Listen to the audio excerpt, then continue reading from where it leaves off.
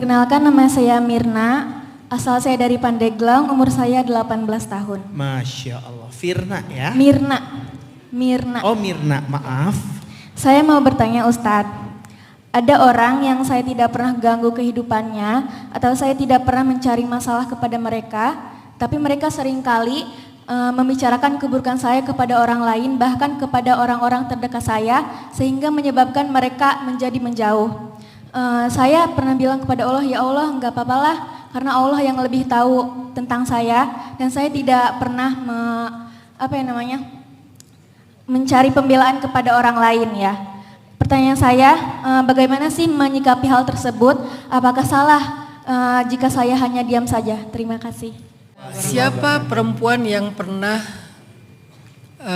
dihina ataupun direndahkan, bahkan difitnah? Ada Bunda Maryam di dalam surat Maryam yang dihina, direndahkan, difitnah habis-habisan oleh Bani Israel. Sempat viral juga tuh di lambe Bani Israel tuh. Rame lah dibicarain, trending topik lah pokoknya di semua platform sosial medianya Bani Israel. Platform sosial media mereka itu pasar, kemudian rumah ibadah, kemudian musafir. Musafir itu platform sosial media yang membawa berita ke negeri-negeri yang lain. Itu dulu model sosial media zaman dulu tuh kayak gitu. Pasar, tempat ibadah, karena tempat ibadah itu tempat keramaian kan. Kemudian musafir, kemudian penyair. Penyair itu platform sosial media zaman dulu. Dia akan menceritakan hal yang lagi trending dalam syair-syairnya. Zaman dulu tuh suka kayak gitu. Nah, ketika Sayyidah Maryam difitnah, dihina, direndahkan, maka Allah ngasih Sayyidah Maryam sebuah tutorial gimana ngadapin fitnah dan kejahatan itu. Kata Allah, kalau kamu ketemu dengan manusia, bahasa ayatnya gini, fakuli washrabi wa qarri aina fa imma tarayinna minal bashari ahadan faquli inni nazartu lirrahmani sawma falan ukallimal yawma insiya. Hari ini kamu gak usah ngomong dengan siapa-siapa. Disuruh diam. Bahasa sederhananya, diamlah wahai Maryam. Kalau kamu ketemu jahilun, orang-orang toksik itu, Bani Israel yang toksik, kamu diam aja, gak usah diladenin. Akhirnya fa'atat bihi qaumaha tahmilu. Akhirnya Sayyidah Maryam pulang dari negeri yang jauh setelah melahirkan bayinya. Dia bawa bayi itu sambil dia gendong, datanglah ke gerbang Al-Quds, Palestina.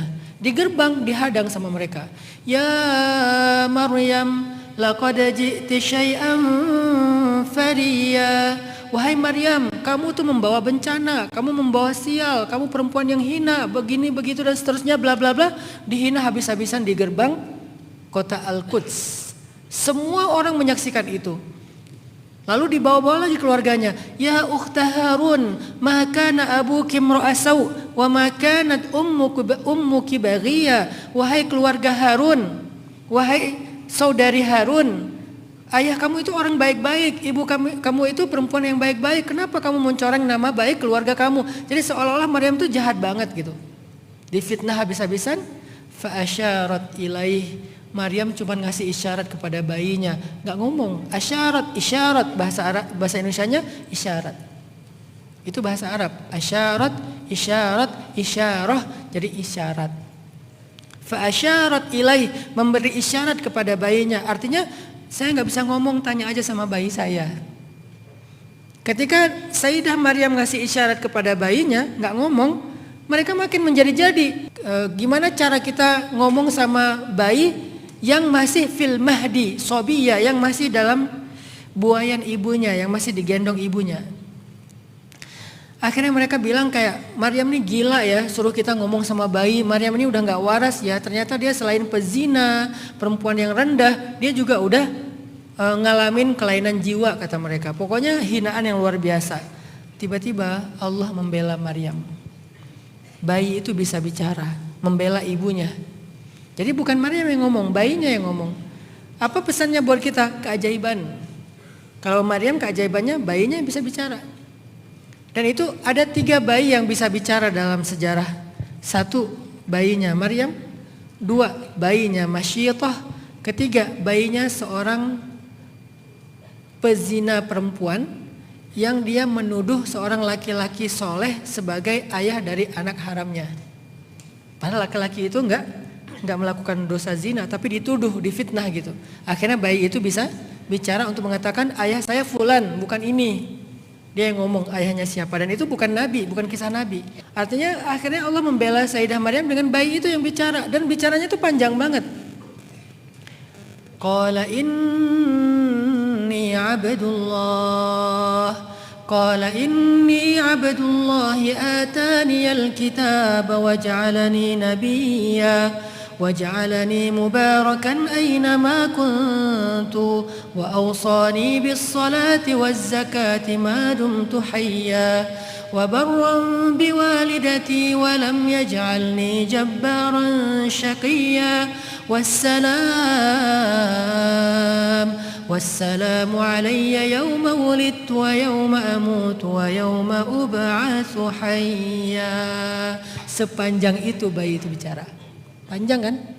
Kayak ceramah. Kalau cuma bilang mama haus, itu masih oke lah. Atau itu kenapa mukanya? Kenapa senyum jelek? Ketawa, haha. Masih mending lah ya. Kalau bayi bisa ngomong haha doang gitu. Apa isinya? Salah satu isinya adalah wabarram biwalidati. Aku disuruh berbakti kepada ibuku, bukan kepada kedua orang tuaku. Apa maksudnya? Kenapa kok ibu doang yang dimention?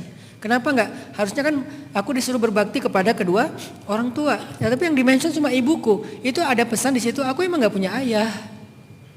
Aku tidak ada ayah. Memang secara secara keajaiban takdir Allah aku diciptakan tanpa ayah. Ibuku tuh enggak berzina.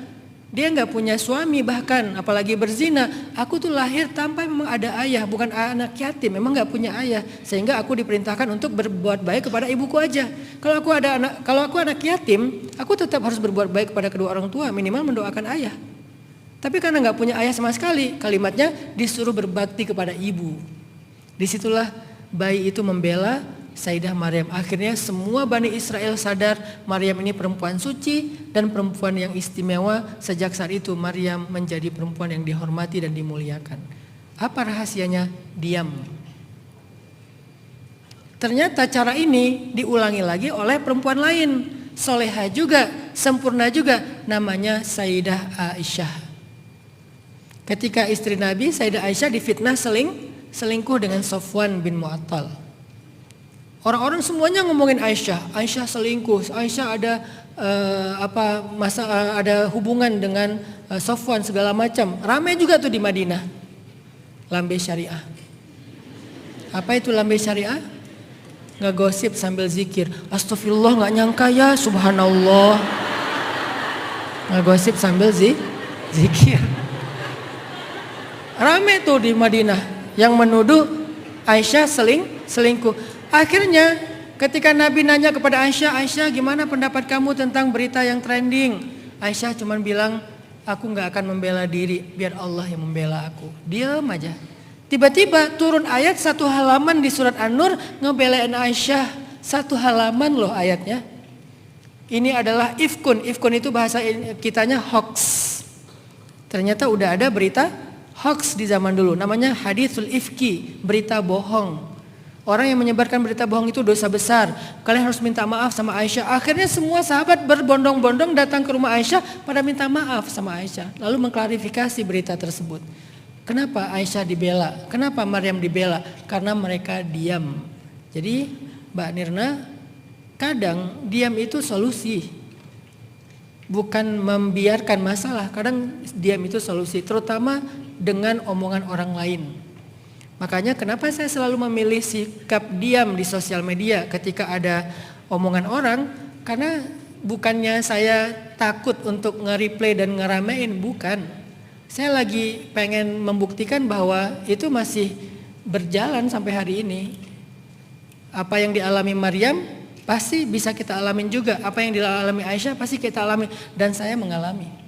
Saya nggak membela diri, akhirnya Allah mau cari orang untuk membela dengan mungkin sebagian besar kalian pernah membela saya dengan postingan-postingan, dengan komen segala macam tanpa saya minta, Allah yang menggerakkan. Nah, itu juga berlaku dalam kehidupan kalian. Biar Allah yang cari jalan gimana membela kalian. Udah diam aja. Kalau fitnah, klarifikasi sekali, udah gitu diam. Sekali doang klarifikasi biar nggak jadi fitnah ya. Udah gitu diam, jangan di replay, jangan diramein.